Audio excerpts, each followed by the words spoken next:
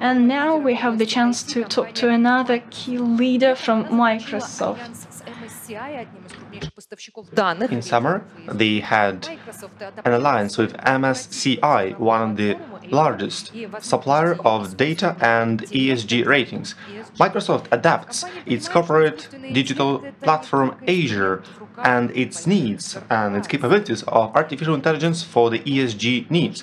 Microsoft understands that artificial intelligence is not just a tool for the company. This is kind of a tool which needs for the wide variety of people and organizations, which will increase inclusivity, decrease inequality, and makes the world more sustainable. We have Patrice, Amann, head of the financial part of Microsoft in Europe, Middle East, and Africa. Patrice will speak about the artificial intelligence in sustainable development of financial sector.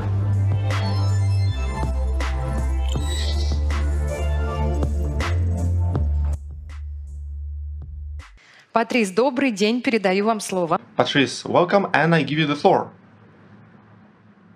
Good morning, Dobro Jutre, and thanks for the intro. This is Patrice Amann from Microsoft. I am calling in today from France.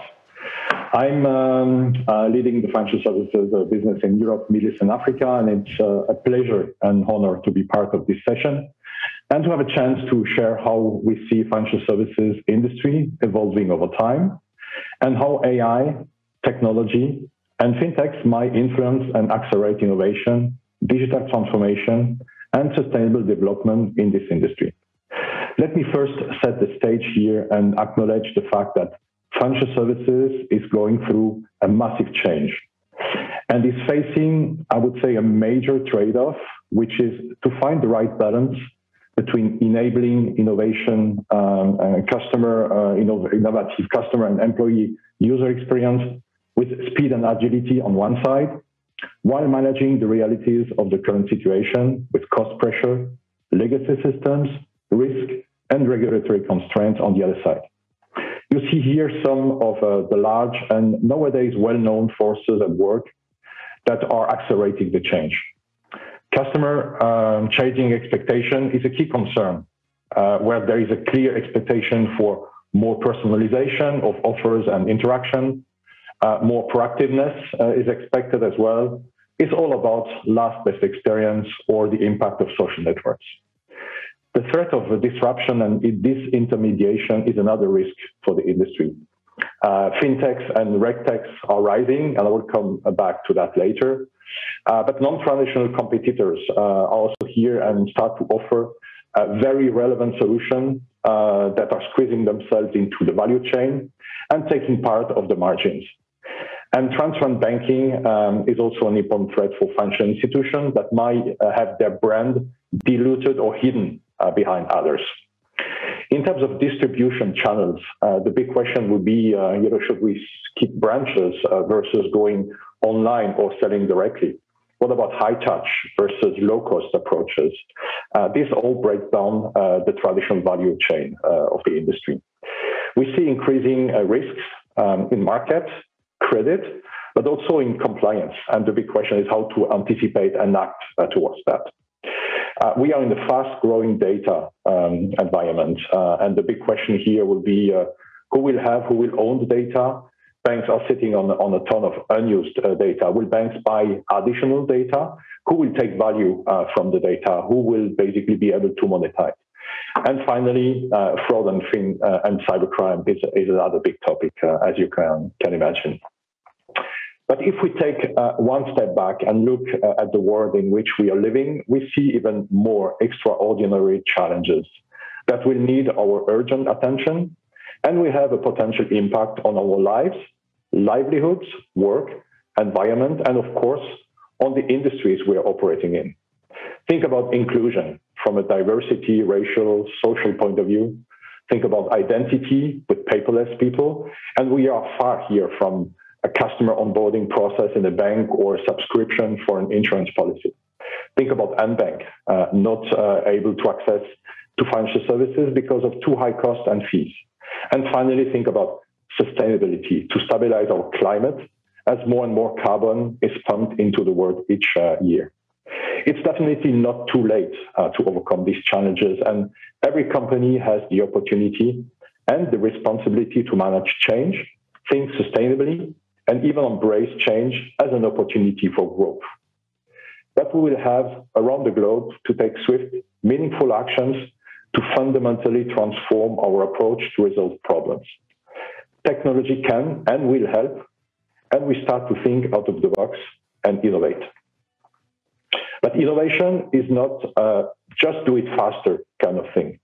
It needs often to completely change the game with potentially disruption for the sake of good. In turbulent times with stormy conditions, when you have headwinds in your business, you have two ways to react. You can either try to protect from the wind and build walls to try to stop it or to deflect it, or you can build windmills and use the forces to create a competitive advantage. And the quote here from Harari illustrates well this concept and is self-explanatory. So if we translate this need of innovation into financial services, we see the landscape is dramatically changing and fintechs have been growing in all parts of the value chain. Obviously, the channel side, so front-end and customer experience, but also in offerings and even in processes like credit evaluation, data processing, compliance. There have been and still are some disrupting forces to traditional financial services and a much tougher technology-driven competition. New entrants are pushing the innovation envelope, offering lower pricing and improved customer experience through building on advanced technologies. However, a spirit of collaboration is starting to redefine the bank and fintech relationship in an area of what I would call co-opetition, which lays the foundation for new business models that the industry believes will play out in a digital connected economy. And the quote here from a CIO of a global systemic bank is really making the point of what is a key issue in terms of incumbent core systems and what needs to be solved in order to build a new sustainable foundation. Because of high cost and low agility, if we don't change quickly, we won't be able to compete and be relevant anymore. In order to stay competitive, we see 4 common approaches and actions to modernize the foundation of core systems. The first is what I would call standard modernization, with incremental updates, upgrades, more automation, more real-time, and a good start to build on data. You could also engage on a transformation with API, which helps to open core systems and enables a strong level of integration and interoperability. The third approach is deepening the collaboration with partners and fintechs through APIs or communication hubs to benefit faster from their value proposition. Or you could fundamentally think about changing the foundation and start to build a new muscle on the side. And going that path of rebuilding, rethinking the foundation, there is a clear opportunity for a true sustainable, digitally enabled organization that starts with a modular platform with pieces that can be assembled from the market, built on an easy, upgradable, well-designed architecture with a single data source of truth, with security, resiliency, flexibility, compliance at the core, implementing an agile operating model, structured for pervasive artificial intelligence and machine learning, exposed through a multi-channel approach with tailored customer experience, and open, of course, to support partners and fintechs embracing their specific value. Here, we would start to benefit from this agile, low-cost platform as a foundation for sustainable development. This is clearly a new extended value proposition to enable more options to serve all kinds of customers in a very inclusive way. Certainly customers for free at a certain point of time, as such platform opens for broader opportunities.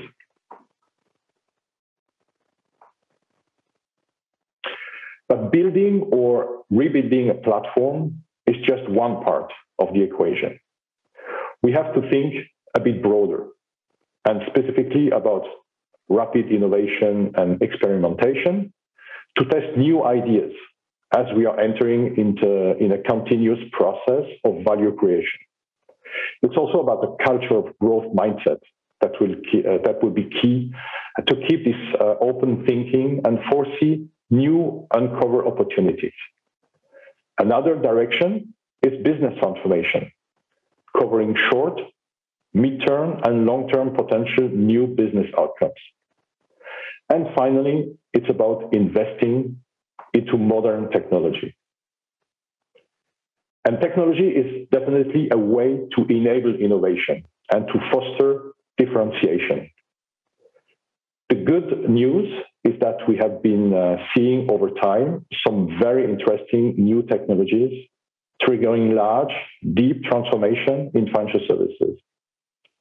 AI, that stands for artificial or automated or even augmented intelligence, becomes pervasive and is used for scenarios like financial crime, churn propensity, going after risk management, looking into more personalized services, customer analytics, and even going into the next best action, next best offering kind of thing.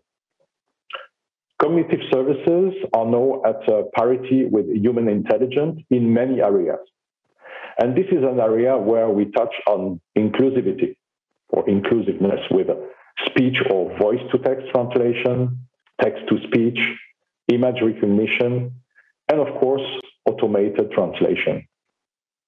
Mixed reality starts to emerge in very interesting situations like virtual meetings, bringing augmented reality to data, insurance scenarios, and the latest development on metaverse opens clearly a new area of mixed interaction with avatars coming everywhere in the world.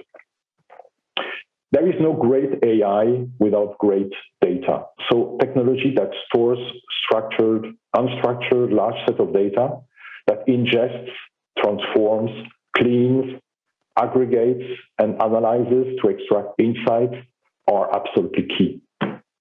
IoT, or Internet of Things, becomes really popular, and we start to see great use cases, especially in insurance, where captors and sensors can ingest real-time climate events and changes. And blockchain, finally, which has now clearly a reality in the market and becomes mainstream in trade finance, global transaction banking, as well as in insurances with smart contracts capabilities, but also to contribute to digital identity for paperless people or migrants, giving them a reality.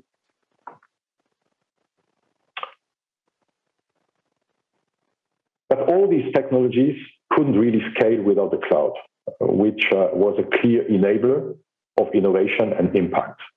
We see here 4 large benefits. First, economies of scale or cost efficiency, as workloads are running much faster than on traditional on-premises systems.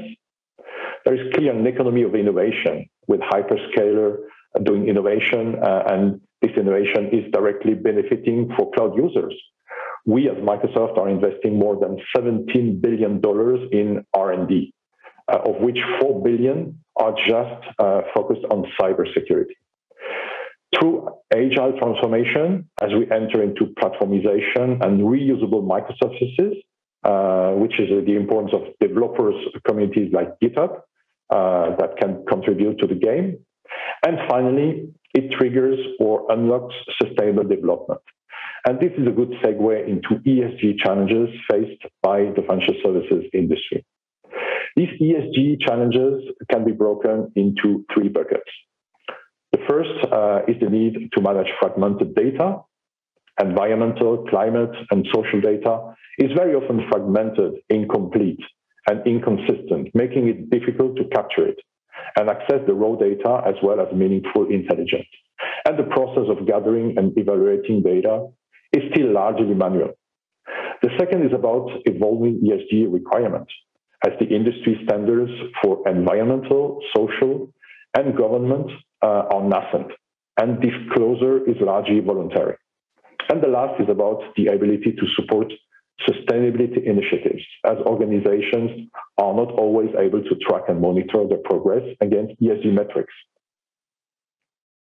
At Microsoft, we started our sustainability journey over a decade ago, so it's not new, and we learned a lot. We have landed important work since we set our first carbon emission reduction goal back in 2009. We have made steady progress, but we realized that given the size of the planetary challenge, we need to up our ambition. And in 2020, we made significant commitments to guide our environmental sustainability work over the next decade and beyond. In 2025, we will operate with 100% of renewable energy. In 2030, we will become carbon negative. In 2050, we will have removed all our historical emissions. And I know Russia is also committed to achieve a carbon neutral economy by 2060 at latest, which is fantastic. So we are committed to empower every person and organization on the planet to achieve more by sharing our experience and learnings and providing cloud for industry and cloud for sustainability as a solid foundation to build on. For financial services, every organization should be able to use core capabilities, assemble the right innovative building blocks, build in-house or bought from partners, and provide the best inclusive user experience in partnership with fintechs. And the core asset for that will be data. So think one moment of a data-driven organization that would be able to better engage with the customers, empower its employees, optimize their operation, and transform efficiently their products. And think about being able to capture signals, telemetry, feedback, and data to learn from, share stock into databases, analyze, use AI and analytics, and make real-time decisions. And then be able to feedback over the year to deepen relationship, be more efficient in terms of operations, and so on and so forth.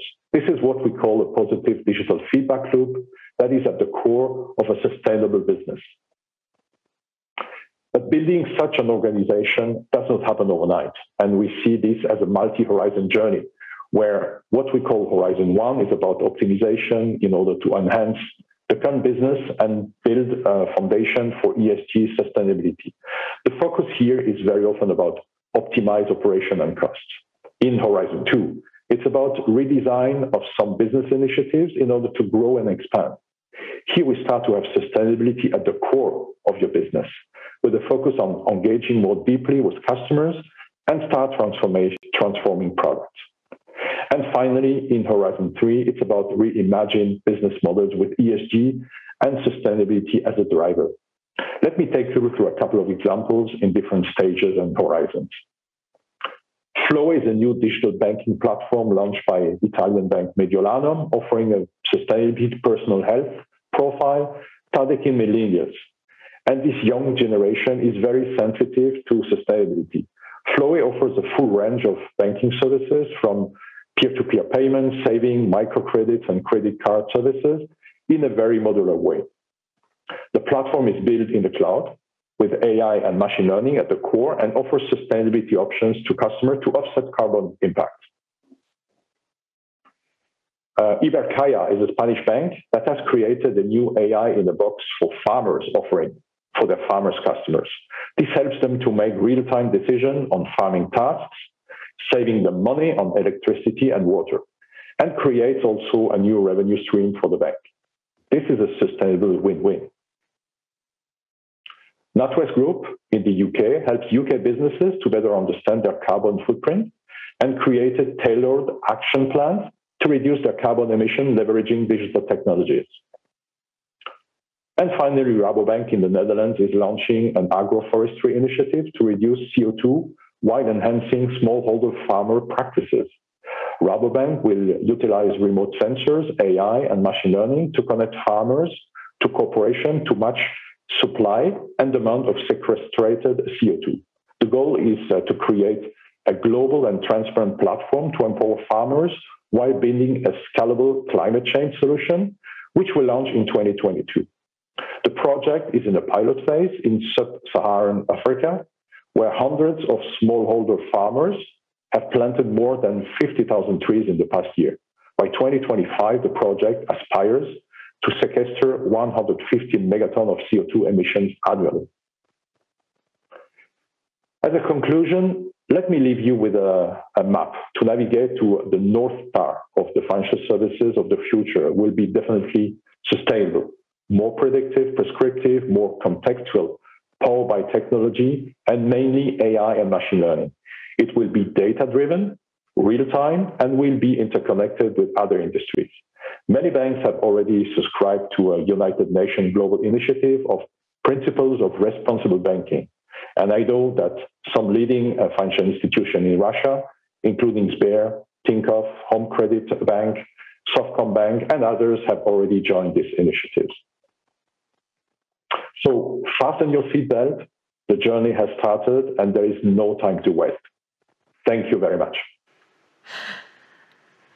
Patrice, большое спасибо за такой широкий Patrice, thank you for a very wide range. We have our seatbelts on and we are ready to move. Thank you for your presentation.